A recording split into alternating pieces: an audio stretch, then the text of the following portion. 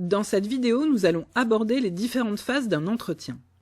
Un entretien est généralement structuré autour de plusieurs phases, au cours desquelles recruteurs et candidats vont partager des informations visant à mieux se connaître et à valider, de part et d'autre, leur future collaboration. Nous allons maintenant nous intéresser à chacune de ces phases.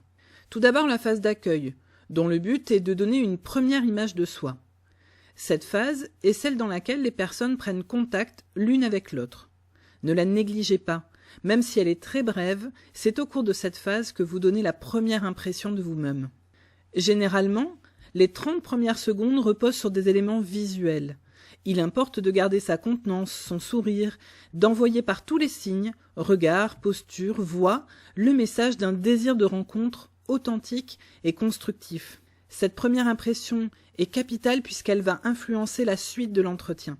Nous rentrons maintenant dans le corps de l'entretien, dont le but est d'échanger des informations, convaincre et négocier. Il s'agit d'une prise de connaissance mutuelle, c'est donc bien une phase d'échange.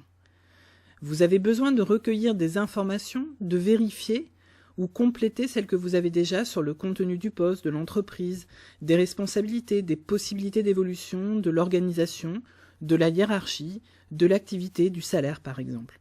Dans le cas d'un entretien pour une entrée en formation, des questions complémentaires aux informations données par l'organisme de formation lors de l'information collective peuvent être posées.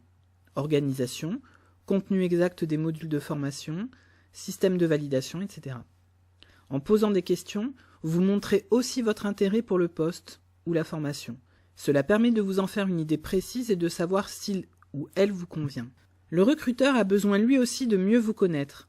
En vous posant des questions, il va chercher à apprécier vos compétences, votre motivation et votre personnalité. Il a besoin d'être rassuré et de découvrir le candidat le mieux adapté.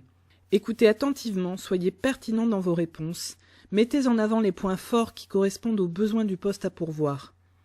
Pour vous aider, vous pouvez prendre des notes. D'une part, cela vous permet d'avoir une contenance et d'autre part, cela vous permet de noter au fur et à mesure les éléments importants de cette candidature. Enfin, soyez prêts à négocier sur le salaire et les conditions de travail s'il s'agit d'un entretien d'embauche. Si l'employeur n'en parle pas, demandez s'il y aura un second entretien. Si ce n'est pas le cas, prenez-en l'initiative, mais en fin d'entretien seulement. Et pour finir, passons à la dernière phase, la conclusion de l'entretien, qui a pour but de laisser une ouverture. Il est indispensable de savoir quelle suite sera réservée à cet entretien et si une suite est donnée, quelles en sont les modalités. Délai de réponse, deuxième convocation, échange par email, par téléphone, qui en prend l'initiative, vous ou le recruteur. Et maintenant, nous allons nous intéresser aux différents types d'entretiens.